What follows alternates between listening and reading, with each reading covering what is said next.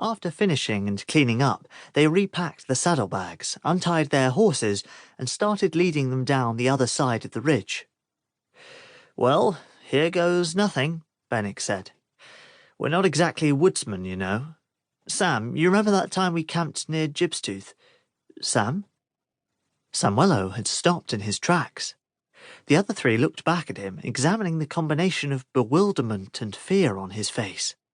Suddenly he arched his neck up and began scanning the forest canopy. A feeling of weight in the back of his neck told him of a presence, of something or somebody. Had he seen a dark shape dart between some branches? The late afternoon shadows were already long, and the treetops were swaying wildly in the wind, the whole forest making the sound of a continuously cresting ocean wave. The horses were getting restless. Jacine had started to peer overhead herself, but had to stop and get two hands on the reins to keep her agitated mount steady. Gazella screamed as her horse reared and yanked its reins from her grip. The beast fled back up the ridge, brushing past Bennick, who doubled over and lost control of his horse.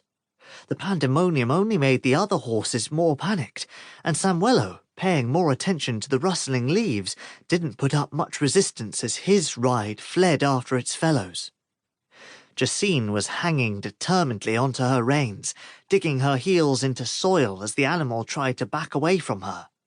"Help me!" she screamed, but before anybody could assist her, her horse had broken loose and was galloping away. Bennick, regaining his bearings, shouted, "The supplies! We have to get them!"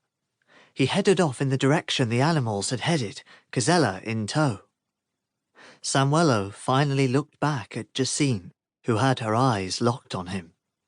Was she angry at him? They seemed to reach a decision without speaking, and followed their friends. The presence Samuelo had felt seemed to be growing more distant. "What was it?" Jacine asked between huffs as they ran. "I don't know," he replied, "but something was there." The horses were running back to the road, well ahead of their two-legged pursuers. As the humans bounded down the side of the ridge, Samuelo felt another presence, but much different this time. A man. As he focused on this thought, he could see the man's cat-like grey-blue eyes in his mind. This man was on a hunt. "Stop!" Samuelo ordered ahead of him to Bennick and Gazella. Gazella seemed to hesitate, but Bennick pushed ahead. "There's trackers on the road," Samuelo said, trying to keep his voice down. He wasn't quite sure how he had known. Bennick skidded to a stop on his heels, churning up soil beneath him and landing on his rear. "What?" he said incredulously, turning back to Samuelo. "How do you know? I can't see the road."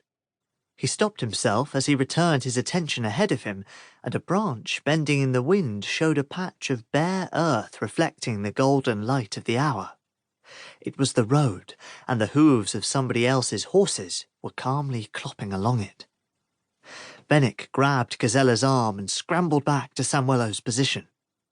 "What do we do?" Bennick asked, wide-eyed. "Run," Samuelo replied.